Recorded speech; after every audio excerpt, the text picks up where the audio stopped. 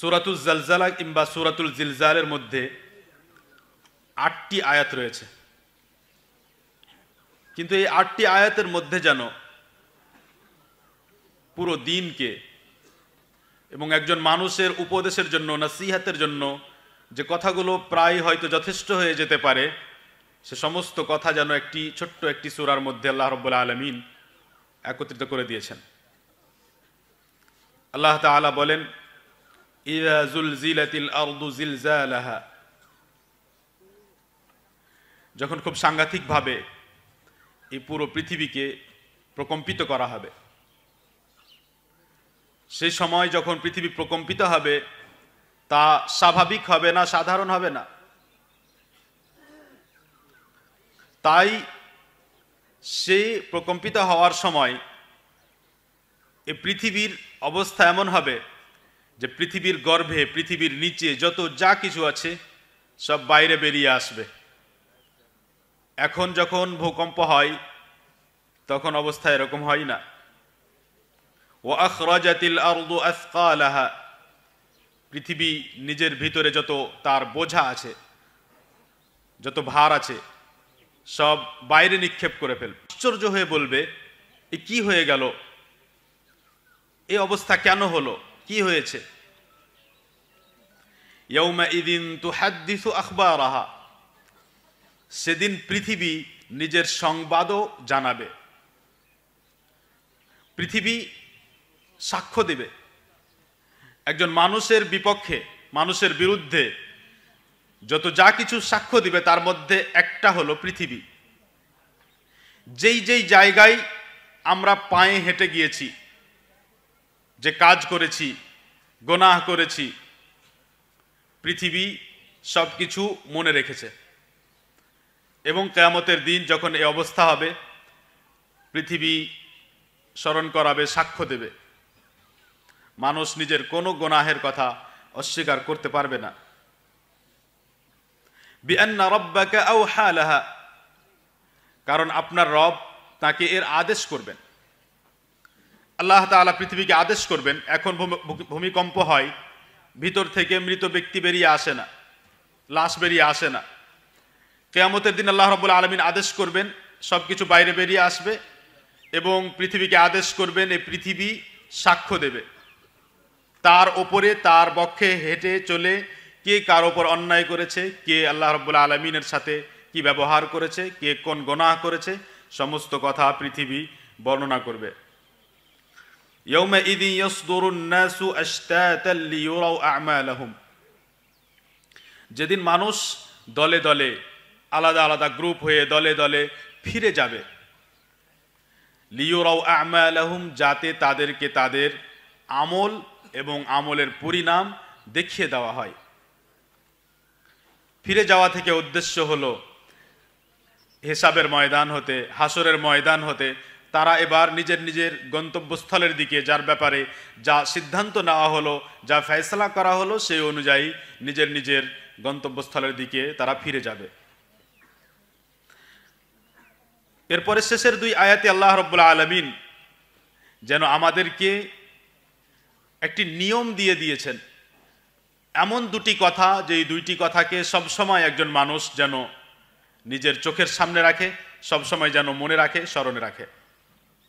ফামান ইয়া'মাল মিসকালা যাররাতিন খায়রান ইয়ারাহ, যে ব্যক্তি অনুপরিমাণ, ছোট্ট কোনো অংশ যা আপনি কল্পনা করতে পারেন, বালিকণা, ধুলো, ছোট্ট কোনো অংশ, অনুপরিমাণও যদি কোনো ব্যক্তি কল্যাণকর কোনো কাজ করে, নেকির কোনো কাজ করে, ভালো কোনো কাজ করে, তাহলে সে তা দেখতে পাবে কিয়ামতের দিন। ওয়ামান ইয়া'মাল মিসকালা যাররাতিন শাররান ইয়ারাহ, তেমনি যে ব্যক্তি ছোট থেকে ছোট কোনো খারাপ কোনো কাজ করবে, সে ব্যক্তি সেই জিনিসটি কিয়ামতের দিন দেখতে পাবে। একজন মানুষ পৃথিবীতে যখন গুনাহ করে, তার গুনাহের আলাদা আলাদা প্রকার আছে। কিছু গুনাহ এত বড় যে গুনাহগুলোর কারণে মানুষ যদি ওই গুনাহের অবস্থায় পৃথিবী ত্যাগ করে, তাহলে কিয়ামতের দিন আল্লাহ রাব্বুল আলামিন তাকে জাহান্নামের শাস্তি দিতে পারেন। এবং চাইলে তার উপর দয়া করে তাকে ক্ষমা করে দিতে পারেন। কিছু কিছু গুনাহ এমন আছে যে গুনাহগুলো হয়তো নেক আমল করার কারণে আল্লাহ রাব্বুল আলামিন ক্ষমা করে দেন। কিন্তু এক বান্দা সব সময় সাবধান থাকবে নিজের যে কোনো গুনাহ সম্পর্কে, যে এর পরিণাম খারাপ হতে পারে। ছোট ছোট গুনাহগুলো একত্রিত হয়ে বড় গুনাহের পর্যায়ে পৌঁছে যেতে পারে। বড় গুনাহ যখন আমি করেছি, সেই বড় গুনাহের কারণে যে তওবা করেছি, সেই তওবা আল্লাহ তাআলা কবুল করেছেন না করেননি এ বিষয়ে আমি নিশ্চিত নই। তাই এক মুমিন বান্দা যেমন আল্লাহ রাব্বুল আলামিনের রহমতের আশা করবে, তেমনি আল্লাহ রাব্বুল আলামিন শাস্তি দিতে পারেন তার ভয় করবে এবং এভাবে জীবনযাপন করবে। আমরা এখানে এই পর্যায়ে এসে আকীদার একটি গুরুত্বপূর্ণ বিষয় আল ওয়ালা ওয়াল বারা সম্পর্কে কিছু কথা রাখবো আপনাদের সামনে, এবং এই বিষয়টি এত গুরুত্বপূর্ণ যে এক বান্দা আল্লাহ রাব্বুল আলামিনকে প্রকৃত ভালোবাসে না বাসে না তা এর মাধ্যমে প্রমাণিত হয়। ভালোবাসার বিষয় হলো এমন যে বান্দার অন্তরকে আল্লাহ রাব্বুল আলামিন তার ভালোবাসার জন্য সৃষ্টি করেছেন, এবং ইবাদতের যদি গুরুত্বপূর্ণ কারণ বলা হয় তা হলো আল্লাহ রাব্বুল আলামিনের ভালোবাসা। আজ মুমিনদেরকে বিভিন্ন নেক কাজের আদেশ দেওয়ার পরে, বিভিন্ন কাজ থেকে নিষেধ করে দেওয়ার পরে, স্পষ্টভাবে এই কথা বুঝিয়ে দেওয়ার পর যে এটা হারাম, এটা বড় গুনাহ, এর কারণে তুমি জাহান্নামে যেতে পারো, দেখা যায় যে মুমিনরা সেই কাজগুলো, সেই গুনাহের কাজ থেকে বিরতও থাকে না এবং আদেশগুলো পালন করে না। এখানে কোনো কিছুর যদি কমতি থাকে তা হলো আল্লাহ রাব্বুল আলামিনের ভালোবাসার অভাব। আল্লাহ সুবহানাহু ওয়া তাআলাকে ভালোবাসার অর্থ হলো যে যা কিছু আল্লাহ রাব্বুল আলামিন ভালোবাসেন সব কিছুকে ভালোবাসতে হবে। এবং এ কথার সম্পর্ক আমাদের আজকের এই বিষয়ের সাথে, যার নাম আল ওয়ালা ওয়াল বারা। যদি সংক্ষেপে বলি, আল ওয়ালা এর অর্থ হলো ভালোবাসা, সহযোগিতা করা, কাউকে নিজের কাছে করা, এবং আল বারা এর বিপরীত, কারো থেকে দূরে চলে যাওয়া, কারো থেকে বেঁচে থাকা, কাউকে অপছন্দ করা, কারো সাথে শত্রুতা রাখা। একদিকে বন্ধুত্ব ও ভালোবাসা, অপরদিকে শত্রুতা ও ঘৃণা।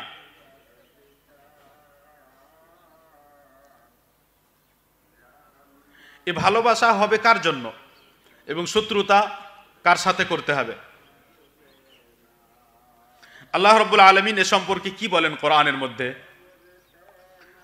আল্লাহ তাআলা বলেন, ইন্নামা ওয়ালিয়্যুকুমুল্লাহু ওয়া রাসূলুহু ওয়াল্লাযীনা আমানু আল্লাযীনা ইউকিমুনাস সালাতা ওয়া ইউতুনাজ যাকাতা ওয়া হুম রাকিউন।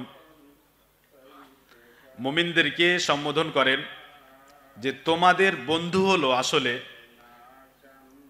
তোমাদের সবথেকে প্রিয় সহযোগিতা, যার কাছ থেকে তোমরা পাবে, যাকে তোমাদের ভালোবাসা উচিত, যাদের সাথে তোমার সব সময় থাকা উচিত, তারা হলেন আল্লাহ তাআলা, তার রাসূল এবং মুমিনগণ। যদি তুমি মুমিন হও তাহলে তোমার বন্ধুত্ব থাকবে এদের সাথে, আল্লাহ তাআলার সাথে, রাসূলের সাথে এবং মুমিনগণের সাথে। যারা সালাত কায়েম করে, যারা যাকাত আদায় করে এবং যারা বিনীত, অহংকার করে না, বিনীত, বিনয় প্রকাশ করে।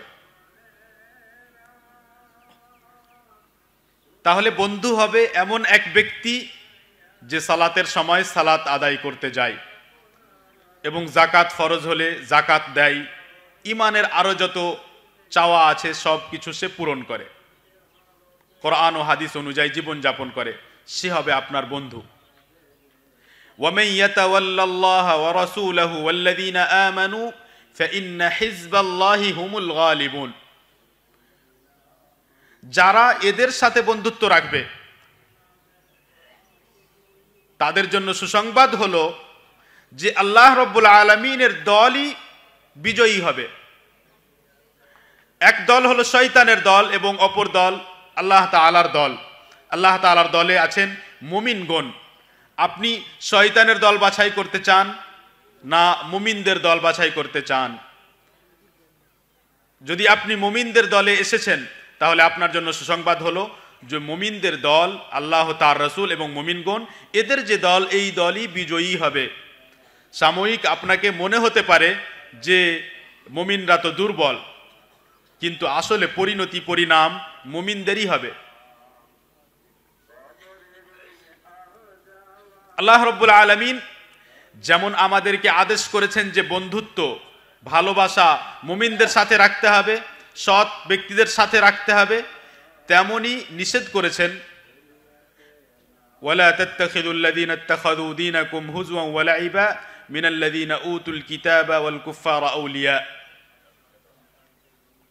ওয়াত্তাকুল্লাহা ইন কুনতুম মুমিনিন। ইহুদি, খ্রিস্টান, কাফের যারা তোমাদের দ্বীনকে নিয়ে ধর্মকে নিয়ে উপহাস করে এবং মনে করে যে এটা খেলাধুলা, এদের সাথে তোমরা বন্ধুত্ব করবে না। তোমরা আল্লাহ তাআলাকে ভয় করো যদি তোমরা মুমিন হও। আল্লাহ রাব্বুল আলামিন কাফের ও ইহুদি খ্রিস্টানদের ব্যাপারে এ কথা উল্লেখ করে মুমিনদেরকে তাদের থেকে দূরে সরতে বলেছেন যে তারা তোমাদের দ্বীন এবং ধর্মকে নিয়ে উপহাস করে এবং তারা তোমাদের দ্বীনকে খেলাধুলা মনে করে। আপনি কষ্ট করে ফজরের আগে সালাত পড়তে যান, কষ্ট করে সিয়াম রাখেন, আর তারা মনে করে যে এসব কি খেলাধুলা করা। আপনি দাড়ি রেখেছেন কারণ নবী সাল্লাল্লাহু আলাইহি ওয়াসাল্লাম যিনি আপনার আদর্শ তিনি রাখতেন, তারা এটাকে নিয়ে উপহাস করে। যদি সত্যি আপনার মধ্যে ঈমান থাকে, সত্যি যদি আপনি আল্লাহ তাআলাকে ভালোবাসেন, তাহলে এমন মানুষদের সাথে কিভাবে আপনি বন্ধুত্ব রাখবেন? এমন মানুষ কেমন আপনার ফ্রেন্ড এবং আপনার বন্ধু হবে? তাদের সাথে আপনার ঘনিষ্ঠতা কেমন করে থাকতে পারে যারা আপনার দ্বীনকে নিয়ে উপহাস করে এবং যারা আপনার দ্বীনকে মনে করে খেলাধুলা? যেই দ্বীন, যেই আকীদা, যে বিশ্বাস আপনার অন্তরে গেঁথে আছে, যার ওপর আপনি জীবন যাপন করেন, যে বিশ্বাসকে অন্য কেউ এসে ভাঙতে পারবে না, যার বিরুদ্ধে আপনি কোনো কথা শুনতে চাইবেন না, সেই জিনিসকে সে ঘৃণা করে, তাকে খেলাধুলা মনে করে, আপনাকে পাগল মনে করে, নির্বুদ্ধি মনে করে। ওদের সাথে আপনি কিভাবে বন্ধুত্ব রাখতে পারেন? আরো স্পষ্ট করে আল্লাহ রাব্বুল আলামিন পরের আয়াতে বলেন وَإِذَا نَادَيْتُمْ إِلَى الصَّلَاةِ اتَّخَذُوهَا هُزُوًا وَلَعِبًا ذَلِكَ بِأَنَّهُمْ قَوْمٌ لَا يَعْقِلُونَ। আজকে আমরা কাফেরদেরকে জ্ঞানী মনে করি, বুদ্ধিমান মনে করি, অনেক কিছু তারা করতে পারে, তাই তাদেরকে দেখে আমরা খুব আনন্দিত হই এবং সব সময় প্রশংসা করতে থাকি যে তারা কত কি করে ফেলেছে, আমরা এখন পর্যন্ত কিছুই করতে পারলাম না। আমরা সালাতের বিষয়ে মনে করি যে এমনকি মুসলিমদের মধ্যে এমন এমন মানুষকে দেখতে পাওয়া যায় যারা যখন সালাত নিয়ে আলোচনা করা হয়, পবিত্রতা নিয়ে আলোচনা করা হয়, ওযুর বিষয়ে আলোচনা করা হয়, তখন এগুলোকে নিয়ে উপহাস করে যে তোমরা এখন পর্যন্ত সালাত, ওযু আর পবিত্রতার মধ্যেই থেকে গেলে। পৃথিবী কোথা থেকে কোথায় পৌঁছে গেছে, কাফেররা কত কি করে ফেলেছে। তেমনি কাফেরদের ব্যাপারে আল্লাহ রাব্বুল আলামিন বলেন, ইহুদি খ্রিস্টানদের ব্যাপারে আল্লাহ রাব্বুল আলামিন বলেন যে যখন তোমরা সালাতের জন্য আজান দাও, ডাক দাও, মানুষকে সালাতের জন্য ডাকো, তখন তারা এই ইবাদতকে, তোমাদের এই সম্মানিত এত গুরুত্বপূর্ণ ইবাদতকে, তারা এই ইবাদতকে নিয়ে উপহাস করে এবং মনে করে যে এটি খেলাধুলা। আল্লাহ রাব্বুল আলামিন বলেন কারণ এরা বুঝে না। তোমরা যাদেরকে জ্ঞানী মনে করেছো, আসলে এরা জ্ঞানী নয়। আল্লাহ সুবহানাহু ওয়া তাআলা অন্যত্র বলেন ইয়া আইয়ুহাল্লাযীনা আমানু লা তাত্তাখিযু আদুওয়ি ওয়া আদুওয়াকুম আউলিয়া। হে মুমিনগণ, তোমরা আমার শত্রু, তোমাদের শত্রু, এই শত্রুকে তোমরা বন্ধু বানাবে না। এদের ব্যাপারে আল্লাহ রাব্বুল আলামিন এই আয়াতে বলেন, ইউখরিজুনা আর-রাসূলা ওয়া ইয়্যাকুম আন তু'মিনু বিল্লাহি রাব্বিকুম, তোমরা যে তোমাদের রবের ওপর ঈমান এনেছো এ কথা অপছন্দ করে, এ কথা তারা মানতে না পেরে তোমাদেরকে এবং রাসূল সাল্লাল্লাহু আলাইহি ওয়াসাল্লামকে বিতাড়িত করে, দেশ থেকে বের করে দেয়। এরাই তো তারা। আজকে যাদের সাথে তুমি বন্ধুত্ব করছো, যারা আজকে তোমার ফ্রেন্ড সার্কেলের মধ্যে আছে, যাদেরকে তুমি নিজের ঘনিষ্ঠ বন্ধু বলো, এরাই তো তারা যারা এক সময় মুহাম্মদ সাল্লাল্লাহু আলাইহি ওয়াসাল্লামকে এবং তার সাথীদেরকে, সাহাবায়ে কেরামকে দেশ ছাড়তে বাধ্য করেছিল। যদি তোমাদের মধ্যে ঈমান থাকে তাহলে কিভাবে এমন মানুষদের সাথে বন্ধুত্ব রাখতে পারো যারা তোমাদের নবীকে সাল্লাল্লাহু আলাইহি ওয়াসাল্লাম বিতাড়িত করেছিল? একজন মানুষ যদি একমাত্র আল্লাহ রাব্বুল আলামিনকে, তার রাসূলকে এবং মুমিনগণকে ভালোবাসে, তাদের সাথে সম্পর্ক রাখে, বাকিদের সাথে কোনো সম্পর্ক না রাখে, বাকিদের থেকে দূরে থাকে, বাকিদেরকে পছন্দ না করে, ঘৃণা করে তাদের গুনাহের কারণে কিংবা তাদের কুফরির কারণে, তাদের শিরকের কারণে, তাহলে সে ব্যক্তি প্রকৃত ঈমানের স্বাদ, ঈমানের টেস্ট, ঈমানের স্বাদ আস্বাদন করতে পারবে।